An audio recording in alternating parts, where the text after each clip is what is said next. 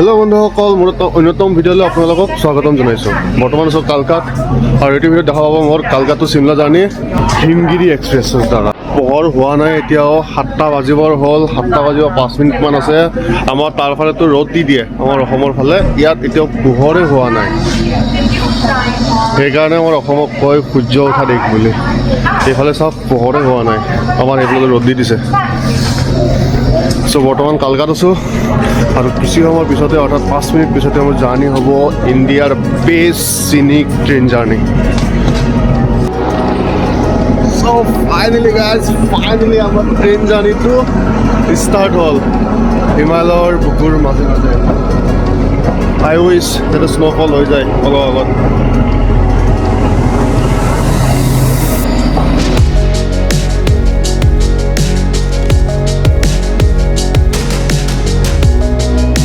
হোৱা নাই আৰু 7টা 15 হৈছে, এতিয়াও ভালদৰে পোহৰ হোৱা নাই।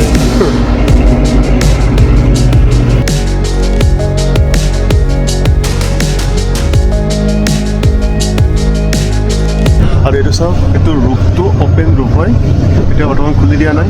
এইটো অপেন ৰুফ হয়, মানে যেতিয়া স্ন'ফল হয় ধুনীয়াকৈ দেখা পোৱা যায় ওপৰৰ পৰা। কালকা চিমলা টয় ট্ৰেইন জাৰ্ণিটোৰ ডিষ্টেঞ্চ টোটেল 96 কিলোমিটাৰ আৰু এইটো কমপ্লিট কৰিবলৈ আপোনালোকক 6ৰ পৰা 8 ঘণ্টা সময় লাগিব। আৰু এইটো টিকট আপুনি 30 দিনৰ ভিতৰত অনলাইন বুক কৰিব লাগিব। আৰু ফেয়াৰৰ বিষয়ে যদি মই কওঁ, 600 টকাৰ পৰা 700 টকাৰ ভিতৰত ইয়াৰ ফেয়াৰটো পৰি যাব। কালকা Shimla toy train journey start হৈছিল 1903 চনত and this is the most scenic journey across the India. আৰু আপুনি এইটো জাৰ্ণিত টোটেল 98টা টাৰ্নেল, 800খন ব্ৰিজ আৰু 900টা কাৰ্ভছ কমপ্লিট কৰিহে চিমলা গৈ পাব।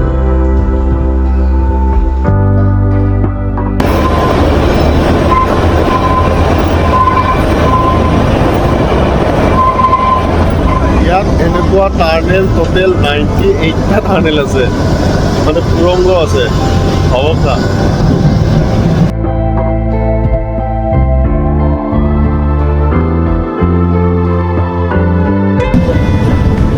Open roof. Wow, sound that gorgeous.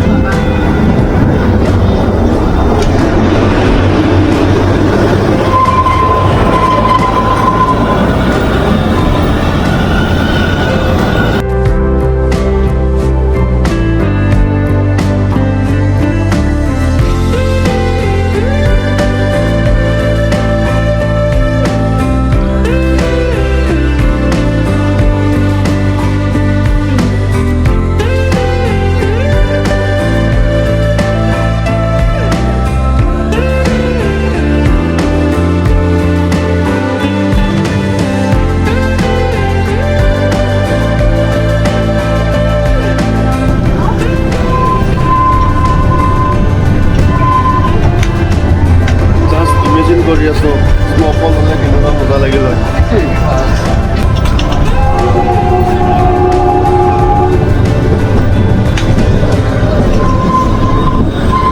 এই ট্ৰেইনখন বনোৱা হৈছে ষ্টেডিয়াম ট্ৰেইনৰ আকাৰত, মানে ষ্টেডিয়াম ট্ৰেইনখন যেনেকুৱা আছে বস্তু গোটেই তেনেকুৱা আৰু চিটবিলাকো তেনেকুৱা ষ্টেডিয়াম ট্ৰেইনৰ নিচিনাকৈ। ইয়াত অপেন ৰুফ আছে, দেখিবলৈ পাইছে অপেন ৰুফ গোটেই দেখা পায় বাহিৰৰ পৰা। অপেন ৰুফ হয়, ইয়াত চিফটিত গোটেই ষ্টেডিয়াম টাইপৰ হয়। ইয়াত স্পেচ যিটো আছে লেগ স্পেচ বহুত আহল বহল হয়।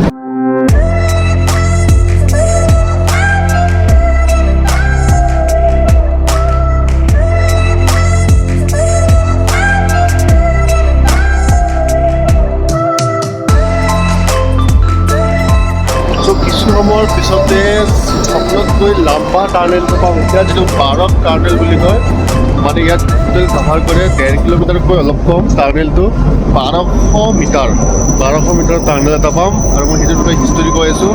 প্ৰথমতে চাই লওক আপোনালোকে বাৰাক টাৰ্নেলটো এটা হিষ্টৰিকেল টাৰ্নেল হয়। আৰু এইটো টাৰ্নেলৰ নিৰ্মাণ কৰিবলৈ বাৰাক নামৰ এজন আংগ্ৰেজ ইঞ্জিনিয়াৰক ৰেছপঞ্চিবিলিটি দিছিল ব্ৰিটিছ গভৰ্ণমেণ্টে।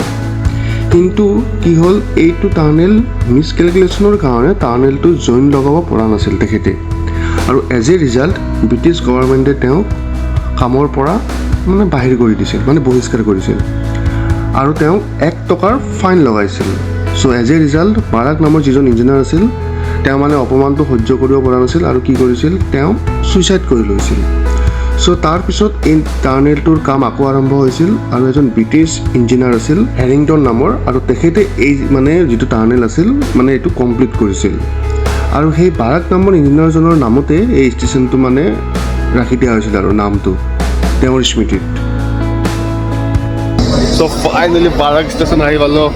ইয়াত কিবা চাহ পানী খাই লওঁ। হয়, বহুত ধুনীয়া ষ্টেচন হয়।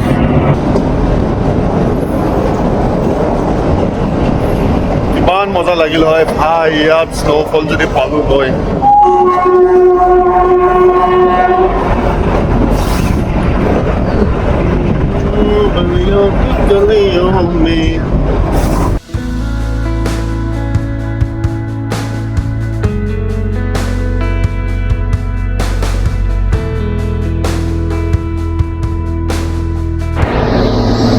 তো ভাই ট্ৰেইনখন ৰখি আছে বহুত দেৰিৰ পৰা, 10-15 মিনিটমানটো হ'ল।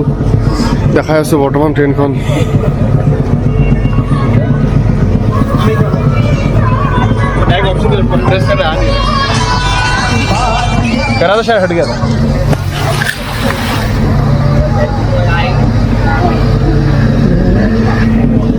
ট্ৰেইনৰ পৰা গোটেই মানুহবিলাক নামি লৈছে, কিন্তু ট্ৰেইনখন হুচেল মাৰি কি পটককৈ গুচি যায়, বেছি দেৰি চান্সে নিদিয়ে। মে বি ক্ৰচিং আহিব, টয়ট্ৰেইন পাৰ হ'ব, সেইকাৰণে ৰখাই থৈ দিছে। কিন্তু ভালেই হ'ল, অলপ ৰিলেক্স হ'ব পাৰিলোঁ। খাই বহি পকি গৈছিলোঁ। চাব পাৰে এটা বেলেগ ট্ৰেইন আহি আছে, সেইটো ক্ৰচিং হৈ আছিল, সেইকাৰণে ইমান টাইম লাগিছে।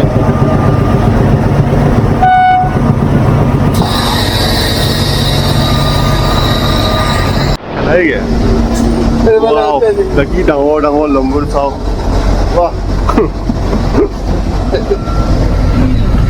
বৰ্তমান চামাৰ হিল আহি পালোঁ।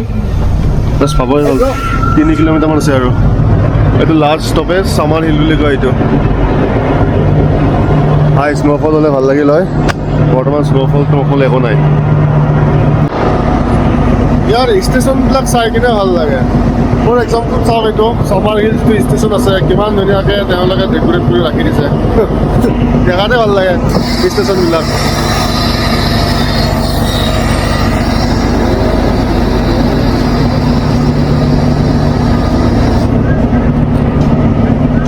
এখন মই ট্ৰেইন দেখাওঁ আপোনালোকক, ৰেল মটৰ বুলি কয় এইটো। বহুত জল্দি আহি গৈছোঁ দেখাবলৈ দৌৰি। চ' দেখাই যিহেতু চাওক ৰেল মটৰ, কেনেকুৱা গাড়ী চাওক, কেনেকুৱা ট্ৰেইন এইখনক কয় ৰেল মটৰ বুলি কয়। এইখন ট্ৰেইনক মাত্ৰ 20টা মানুহ যাব পাৰে। এইখনত ৰেল মটৰ বুলি কয় এইখনক।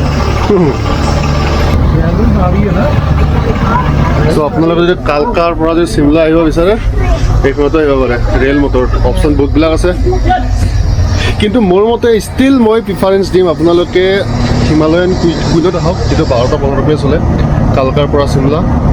সেইখন মোৰ হিচাপত ষ্টিল বেষ্ট, কিন্তু টাইমিংটো তাৰ ধুনীয়া, আপোনাৰ ৰাতি টোপনিও ক্ষতি নহয়। দিল্লীৰ পৰা যদি আপোনালোকে ডাইৰেক্ট যদি গুচি আহে, মৰ্ণিঙত আপোনালোকে ট্ৰেইন পাই যাব কালকালৈকে, ৰাতি টোপনি মাৰিলে দিল্লীত। তাৰপিছত নেক্সট ডে কি হ'ল, আপোনালোকে মৰ্ণিঙত 6টা বজাতে আপোনালোকে ট্ৰেইন পাই যাব, ডাইৰেক্ট আপোনাৰ কালকালৈকে আহি যাওক। 12টা মানত ধুনীয়াকৈ আহি যাব কালকা, আৰু কালকাৰ পৰা আপোনালোকে সেই ট্ৰেইনখন লৈ লওক হিমালয়ান কুইন। আৰু ফেয়াৰৰ বিষয়ে যদি কওঁ, 500 পৰা 700 টকাৰ ভিতৰত আপোনালোকে ইয়াত যিকোনো ট্ৰেইন পাই যাব। So finally guys, finally Shimla ahi palu.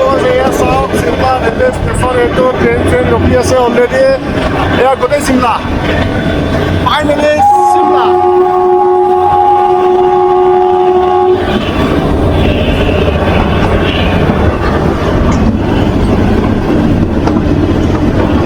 Finally Shimla ahi palu.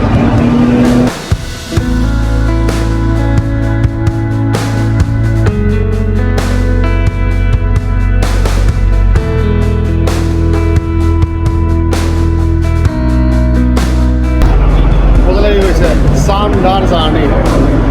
আপোনালোকে কেতিয়াবা নিশ্চয় জাৰ্ণিটো ট্ৰাই কৰক, সঁচাকৈ পাহৰিব নোৱাৰা জাৰ্ণি। মই আগতেও কৰিছিলোঁ এই ট্ৰিপটো 2020 কৰিছিলোঁ চ' এগেইন কৰিলোঁ হয়তো ভৱিষ্যতে আকৌ কৰিম ওলাইছোঁ এতিয়া এইটো দেখাই আছোঁ আপোনালোকক Shimla railway station one of the best railway station within India. Hello, hello, hello.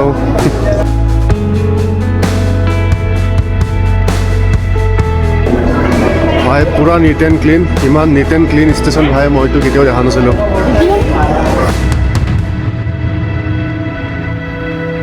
ষ্টেচনটো এনেকুৱা লাগে বাহিৰৰ যেন লাগে ইণ্ডিয়াৰ যেন নালাগে দেখাত চ' আপোনালোকৰ ভিডিঅ'টো চাই যদি ভাল লাগিছে তেনেহ'লে লাইক কৰিব শ্বেয়াৰ কৰিব আৰু ছাবস্ক্ৰাইব নিশ্চয় কৰি দিব থেংকছ ফৰ ৱাচিং বাই বাই